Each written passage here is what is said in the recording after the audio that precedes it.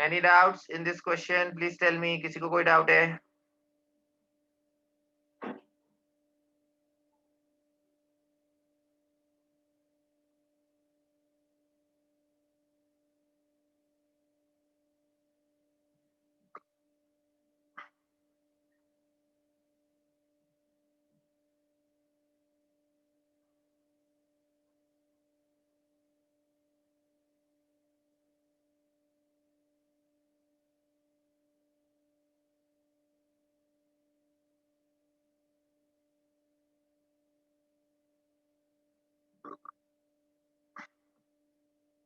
Any doubts? Please tell me. किसी को कोई doubt है? Okay, I am removing the solution. Next question बोल रहा हूँ. Next question.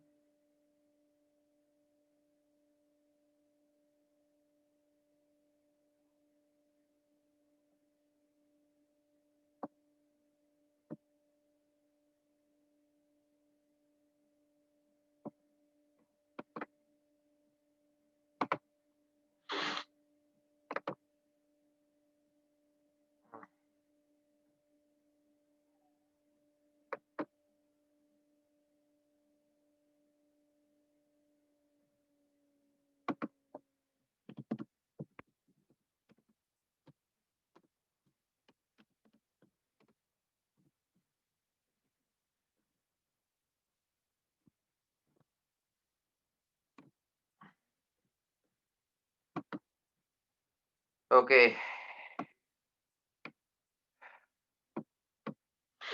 नेक्स्ट क्वेश्चन बोल रहा हूँ. इंटीग्रल 0 से pi root of 1 plus 4 sine square x minus 4 sine x by 2.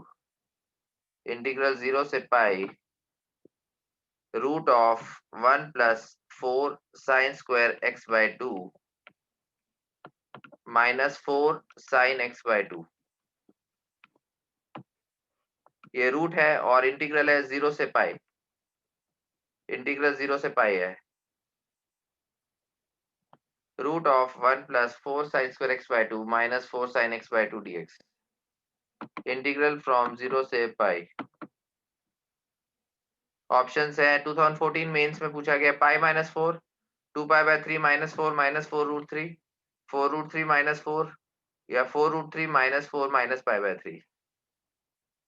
These are the 4 options जिनमें से एक करेक्ट आंसर होगा.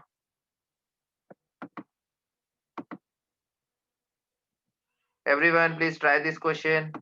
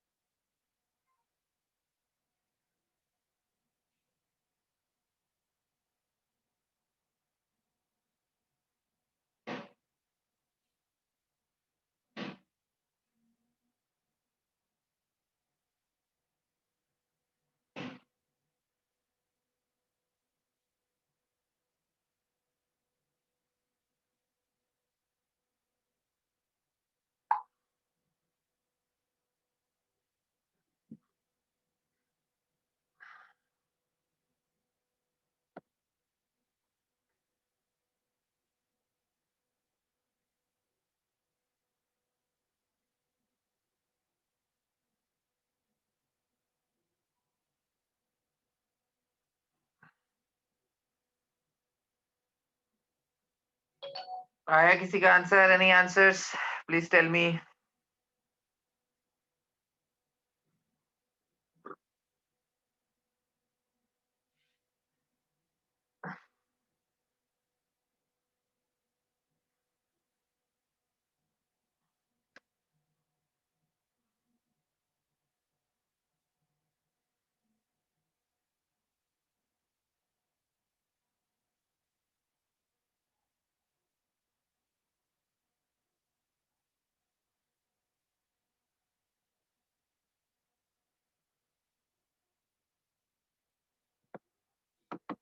एक बार ऑप्शंस वापस बोल देता हूँ।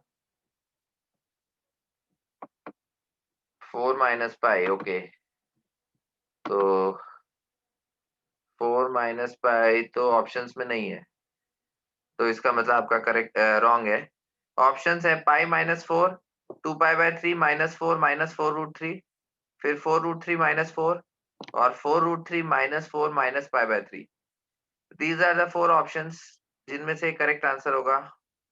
आपको बताना है what is the correct answer.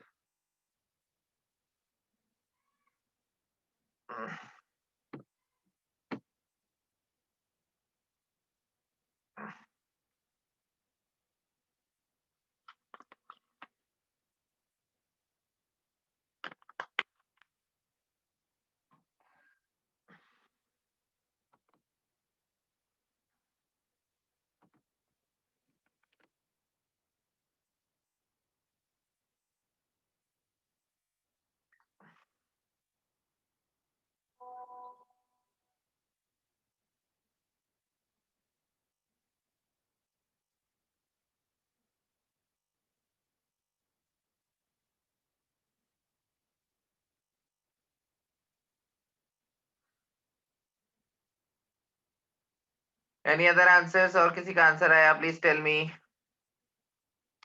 Any other answers? Okay, I am solving. तो 1 को हम 1 का स्क्वायर लिख सकते हैं, उसके बाद 4 sin square x/2 2 sin x/2 का स्क्वायर हो जाएगा और -2ab का टर्म ये बनेगा। तो ये a माइनस b का स्क्वायर हो गया, मतलब 1 - 2 sin x/2 का स्क्वायर हो गया। 1 - 2 sin x/2 का स्क्वायर हो गया और उसका रूट, और 0 से पाई। इंटीग्रेशन की जो लिमिट्स है वो 0 से पाई है। अब जब भी हम x स्क्वायर पे रूट लगा, मतलब रूट अगर क्वेश्चन में गिवन होता है तो वो मॉड x होता है। ये मैं पहले भी बता चुका हूँ। Whenever square root is given in a question already given, then root of x square is not x, it is mod x, because mod x हमेशा पॉजिटिव होगा। ठीक है, तो वैसे यहाँ पे रूट आ रहा है और स्क्वायर आ रहा है, तो इसलिए मॉड साइन लगाना पड़ेगा आपको। 1 - 2 sin x/2 का मॉड। अगर स्क्वायर रूट क्वेश्चन में गिवन नहीं है, ठीक है, तो अगर आप अपनी तरफ से क्वाड्रेटिक सॉल्व कर रहे हो या रूट लगाते हो तब आप प्लस माइनस लोगे, बट रूट अगर क्वेश्चन में गिवन है तो मॉड लगाते हैं। अब इसका आप ये निकालो कि कहाँ पे ये 0 बन रहा है। तो sin x/2 की वैल्यू कहाँ पे हाफ हो रही है, तो x/2 की वैल्यू 30 डिग्री पे हाफ होती है, यानी π/6, यानी x की वैल्यू हो जाएगी 2π/6 यानी π/3। ठीक है, तो π/3 यानी 60 डिग्री पे। तो अब साइन तो इंक्रीजिंग फंक्शन है, तो 0 से अगर 60 डिग्री, 0 से π/3 की बात करेंगे तो sin x/2 की वैल्यू हाफ से छोटी रहेगी। हाफ से छोटी रहेगी तो 2 sin x/2 1 से छोटा रहेगा, यानी 1 पहले लिखा जाएगा, क्योंकि जो बड़ा है वो पहले लिखेंगे, तो 1 - 2 sin x/2 dx हो जाएगा। ठीक है, लेकिन जब हम π/3 से आगे जाते हैं, π/3 से पाई, तो उस केस में 2 sin x/2 बड़ा हो जाएगा। तो जब 2 sin x/2 बड़ा हो जाएगा तो 2 sin x/2 -1 लिखेंगे dx। ओके, तो अब ये वाला पार्ट हम हटा देते हैं।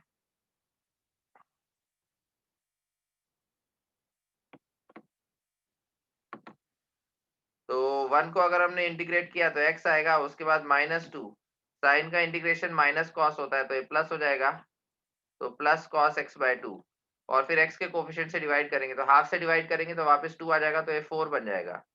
तो x + 4 cos x/2 आ गया। ठीक है, और इसकी लिमिट है 0 से π/3, और फिर यहाँ पे 2 साइन का इंटीग्रल माइनस कॉस होगा, तो ये माइनस कॉस x/2 आ गया, और फिर x के कोफिशिएंट से यानी हाफ से डिवाइड करेंगे, तो हाफ से डिवाइड करेंगे तो 4 हो जाएगा, तो -4 cos x/2 और -1 का इंटीग्रल -x हो जाएगा। ठीक है, तो इसमें से अगर मैंने माइनस कॉमन लिया तो ब्रैकेट के अंदर प्लस लिखेंगे, और लिमिट्स आएंगी π/3 से पाई, लिमिट्स आएंगी π/3 से पाई। ठीक है, अब ये वाला पार्ट मैं हटा देता हूँ बिकॉज स्पेस क्रिएट करनी है, राइट।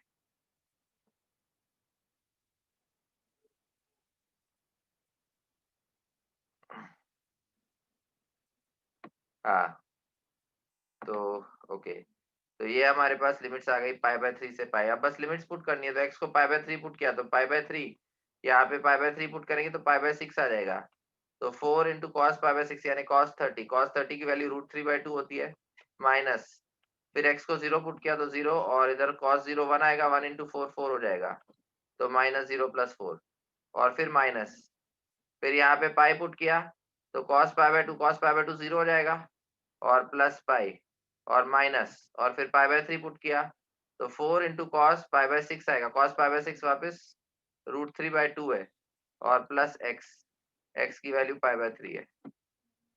ठीक है, तो ये हमारे पास आ गया पाई बाय 3 प्लस 4√3/2 2√3 हो जाएगा और -4 आएगा। ठीक है, और उसके बाद माइनस पाई हो जाएगा यहाँ पे और ये माइनस माइनस प्लस हो जाएगा, ये माइनस माइनस प्लस हो जाएगा, 4 इंटू √3/2 2√3 हो जाएगा और प्लस पाई बाय 3 हो जाएगा।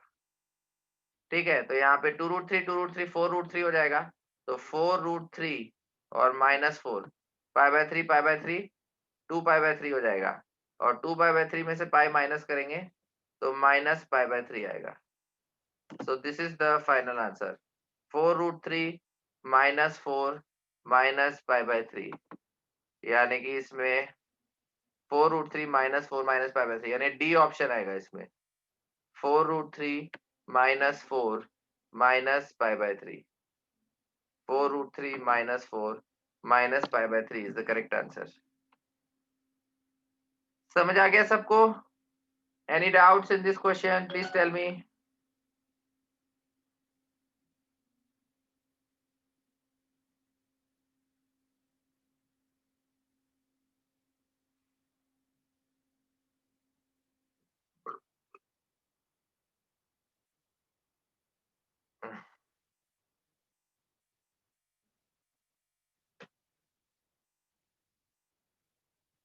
Any doubts in this question? Please tell me. Final answer is 4√3 -4 minus pi by 3. 4√3 -4 minus pi by 3 is the correct answer.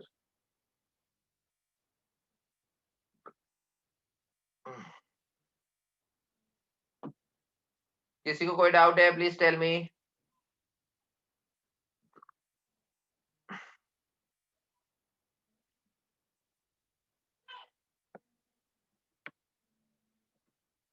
Okay, I am removing the solution. Next question बोल रहा हूँ. Next question.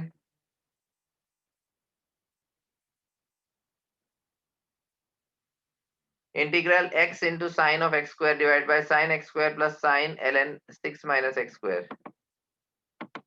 X into sine of x square. X into sine of x square divided by sine of x square plus x into sine of x square divided by sine of x square plus sine of ln 6 minus x square. Sine of ln 6 minus x square dx. X into sine of x square dx divided by sine of x square plus sine of ln 6 minus x square dx. Integration की limits है root of ln2 से root of ln3. Integration की limits है root of ln2 से root of ln3. These are the limits of integration. Root of ln2 से root of ln3, x into sine of x square dx divided by sine x square plus sine of ln6 minus x square.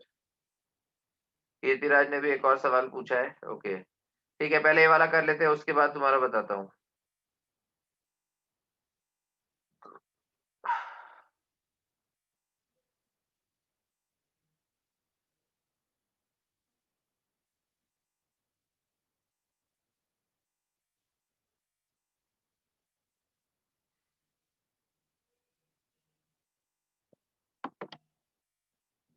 1/4 into ln of 3/2. Okay, everyone please try this question. X into sine of x square dx divided by sine of x square plus sine of ln 6 minus x square. Limits of integration are root of ln2 से root of ln3.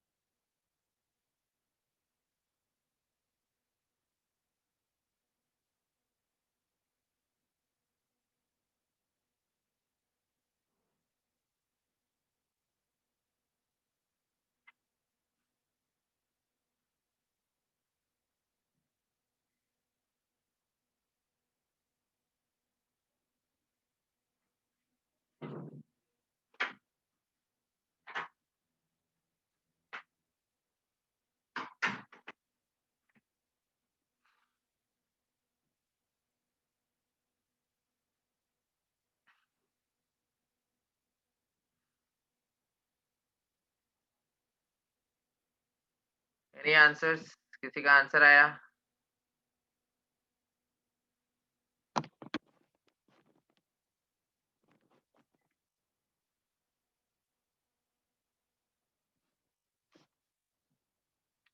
Okay, तो इसमें भी आप, इसमें सबसे पहले आप x square को टी लो। तो अगर आप एक्स स्क्वायर को टी लेते हो तो 2x dx dt हो जाएगा। ठीक है, तो सबसे पहले आपको सब्स्टिट्यूशन लगाना पड़ेगा। तो यहाँ पे sin t हो जाएगा x dx dt बाय 2 हो जाएगा, तो हाफ कांस्टेंट है sin t dt, और यहाँ पे sin t आएगा और साइन ऑफ डिनोमिनेटर में ln 6 माइनस टी आएगा। ठीक है, तो ये मेरे पास i is equal to half sine t d t upon sine t plus sine ln 6 minus t हो गया। अब इसमें आप वापस वो प्रॉपर्टी नंबर 4, अच्छा लिमिट्स भी चेंज हो जाएंगी। एक्स स्क्वायर को टी लिया है तो रूट वाला पार्ट हट जाएगा।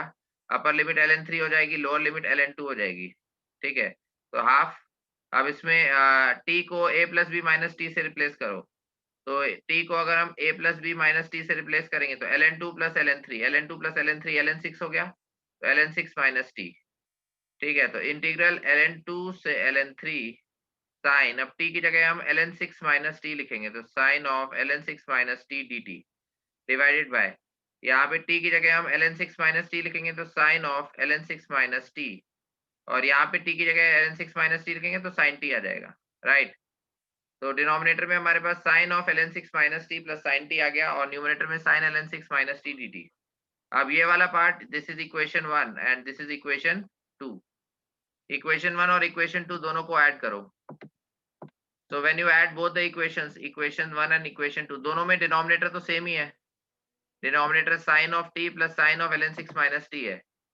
तो जब आप दोनों को ऐड करोगे तो लेफ्ट साइड में 2i आ जाएगा, हाफ कॉमन लिया, डिनोमिनेटर हमारे पास यही आएगा, sine t plus sine of ln 6 minus t, और न्यूमरेटर भी वही आ जाएगा। यहाँ पे साइन टी है, यहाँ पे साइन ln 6 माइनस टी है, तो sine t plus sine of ln 6 minus t d t. Integral, integral की लिमिट है ln 2 से ln 3, तो ऊपर और न्यूमरेटर और डिनोमिनेटर की टर्म सेम है तो कैंसिल आउट हो जाएंगे। हाफ कांस्टेंट है, dt का इंटीग्रल किया तो t आ गया, और लिमिट्स है ln 2 से ln 3। ठीक है, तो ये हो गया half ln a minus ln b, ln 3 minus ln 2 को ln ऑफ 3/2 लिख सकते हैं। तो 2i is equal to half ln 3/2, ये 2 डिनोमिनेटर में चले जाएगा, तो फाइनल आंसर हो जाएगा i is equal to 1/4 into ln of 3/2। This is the final answer. I is equal to 1/4 into ln of 3/2. I is equal to 1/4 into ln of 3/2. Any doubts?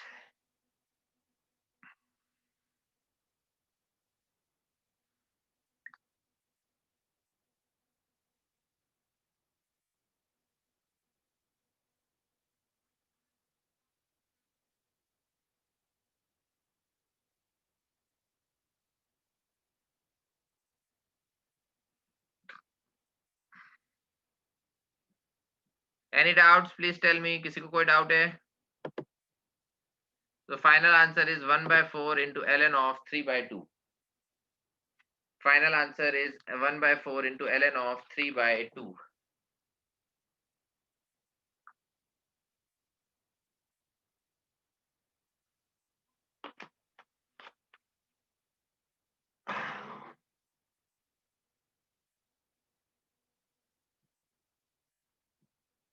Any doubts in this question? Please tell me.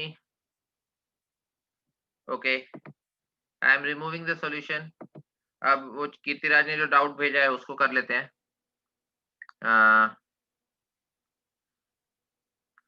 Okay, तो un आपको दिया हुआ है, u subscript n, integral 0 से pi by 4, u subscript n integral 0 से pi by 4 tan x की power n, tan x की power n, और d of x minus gif of x, where square bracket denotes the greatest integer function।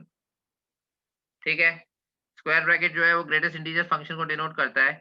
un आपको दिया हुआ है integral 0 से pi by 4 tan x की power n, d के अंदर x minus gif of x, अलग अलग ऑप्शंस दिए हुए हैं, u0 plus 2 times u2 plus u4 की वैल्यू होगी 4/3। उसके बाद ऑप्शन बी है u1 plus 2 times u3 plus u5 की वैल्यू होगी 3/4। उसके बाद u2 माइनस u6 की वैल्यू होगी 2/15। और ऑप्शन डी है u0 plus u1 plus 2 times u2 plus u3 plus u4 की वैल्यू है 3/2। u0 plus u1 plus 2 u2 plus u3 plus u4 इसकी value 3/2। So these are the four options. Option A, option B, option C and option D. These are the four options. आपको बताना है कौन सा correct answer है। Multi correct है, okay. हाँ, तो मोर देन वन करेक्ट हो सकता है, okay okay okay. So multi correct हो सकता है, इसका मतलब सारे ऑप्शंस आपको चेक करने पड़ेंगे। You have to check all the options. You have to check all the options.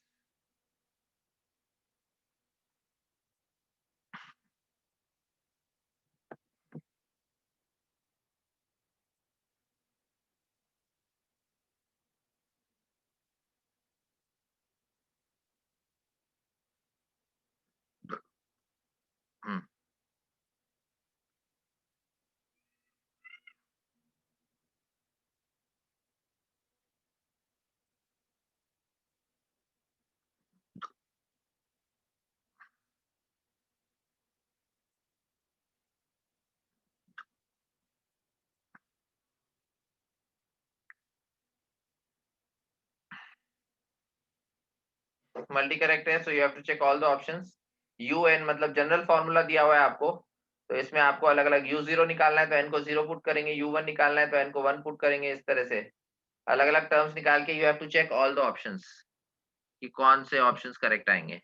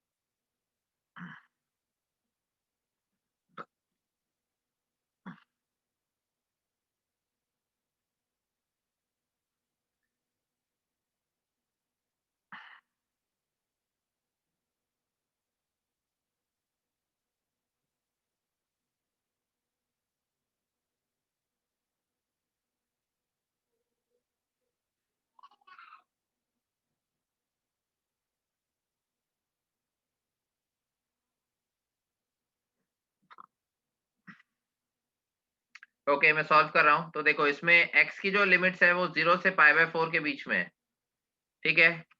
तो x की लिमिट 0 से π/4 के बीच में है, तो अगर π/4 की हम बात करें तो π/4 का मतलब जो है वो पाई की वैल्यू 3.14 होती है। तो 3.14 को जब आप 1 से डिवाइड करोगे तो ये फ्रैक्शन आएगा। इसका मतलब π/4 जो है वो 1 से छोटा है, राइट।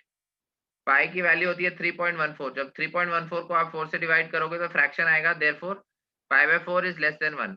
इसका मतलब x 0 से π/4 में पूरे इंटरवल में एक फ्रैक्शन रहेगा। तो फ्रैक्शन रहेगा तो इसका मतलब GIF ऑफ x जो है वो 0 बनेगा, राइट। GIF ऑफ x 0 बनेगा। तो यहाँ पे GIF ऑफ x की जगह 0 लिख सकते हैं, तो ये dx हो गया, ठीक है। ये dx हो गया और ये हो गया tan x की पावर n को हम लिख सकते हैं tan x की पावर n-2। अगर un की बात करें इंटीग्रल 0 से π/4 तो tan x की पावर n-2 लिख सकते हैं, राइट। बचेगा क्या tan स्क्वायर x, तो जो tan स्क्वायर x बचेगा उसको लिख दो sec स्क्वायर x -1, राइट। तो यहाँ पे tan x की power n-2 into tan square x को sec स्क्वायर x -1 लिख दिया। आप tan x को यहाँ पे t ले लो, तो अगर tan x को मैंने सिर्फ मतलब ये दो इंटीग्रल्स में स्प्लिट हो जाएगा, tan x की power n-2 into sec square x minus tan x की पावर n-2। तो tan x को अगर t लिया तो t की पावर n-2 और sec स्क्वायर x जो है वो dt बन जाएगा, tan x को अगर t लिया तो t की power n minus to x square x dx dt बन जाएगा।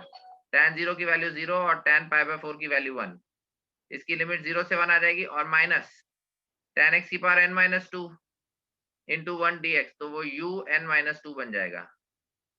ठीक है, तो u n की वैल्यू क्या हो गई, इंटीग्रल 0 से 1 t की power n minus to dt minus u n minus to. ठीक है, अब u n माइनस टू वाला जो टर्म है उसको लेफ्ट साइड में ले जाओ, तो u n plus u n minus to. अब t की पावर n माइनस टू को इंटीग्रेट करेंगे तो इसमें एक पावर ऐड होगी, t की power n minus one upon n minus one. t की power n minus one upon n minus one, 0 से 1।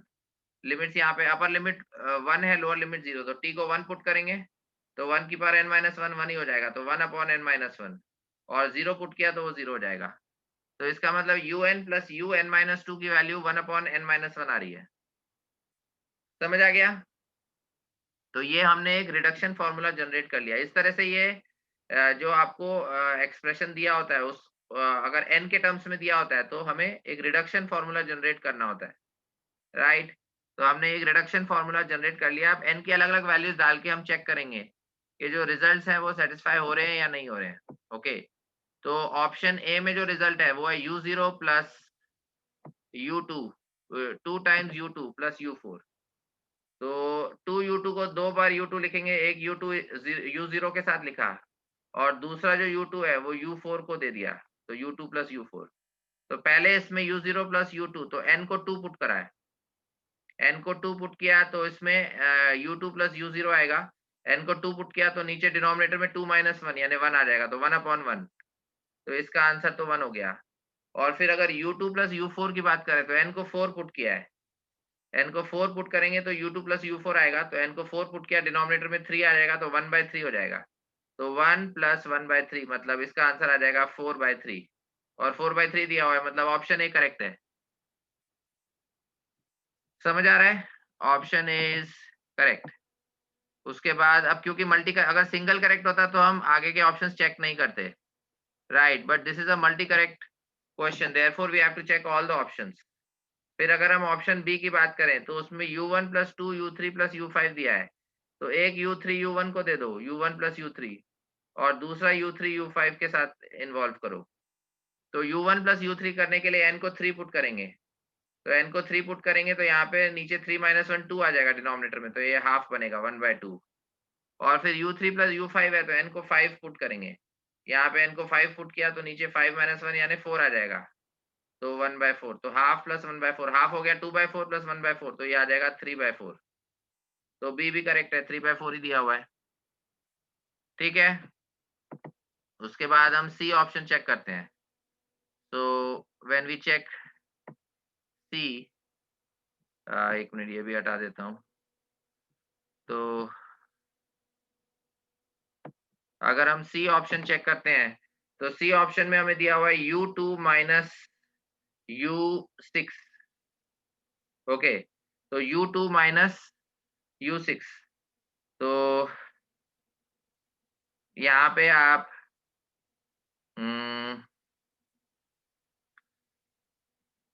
एक बार आप n को 4 पुट करो, तो n को अगर 4 पुट करेंगे तो हमारे पास u4 प्लस u2 आएगा, तो पहले ब्रैकेट में u2 प्लस u4 लिख दिया।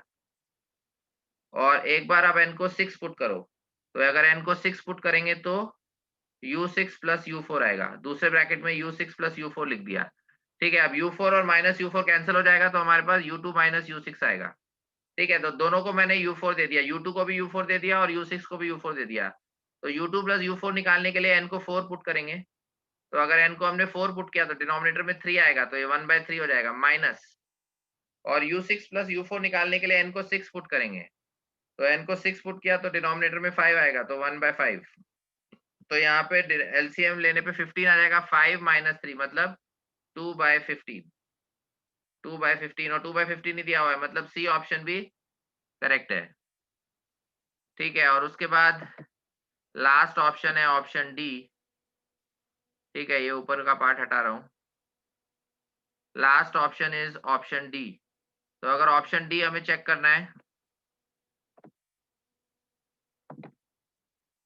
तो ऑप्शन ऑप्शन डी की अगर हम बात करें तो u0 और यहाँ पे 2u2 लिखा है, तो एक u2 u0 को दे दिया, तो u0 प्लस u2 हो गया।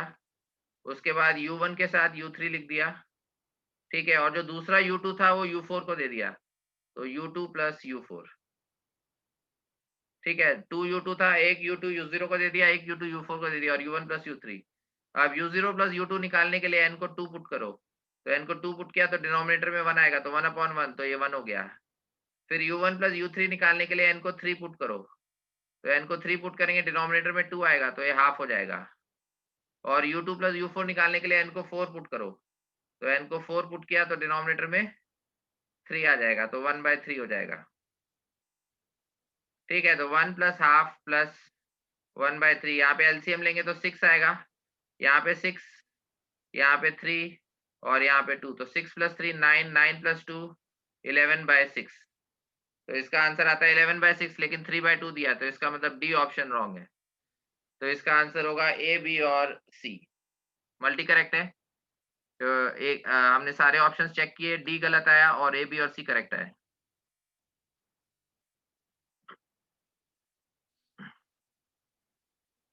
Any doubts in this question?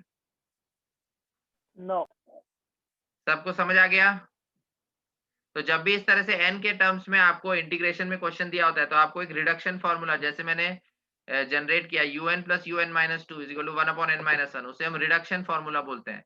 वो आपको जनरेट करना होता है, और फिर एक बार रिडक्शन फॉर्मूला आ गया, फिर आप n की कोई भी वैल्यू, मतलब होल नंबर में कोई भी वैल्यू लेके उसको सॉल्व कर सकते हो। ओके, तो आई होप सबको समझ में आया होगा जो भी मैंने क्वेश्चंस एक्सप्लेन किए। ओके, एज यूजुअल मैं रोज की तरह वीडियोस अपलोड कर दूंगा, and will continue with definite integral tomorrow.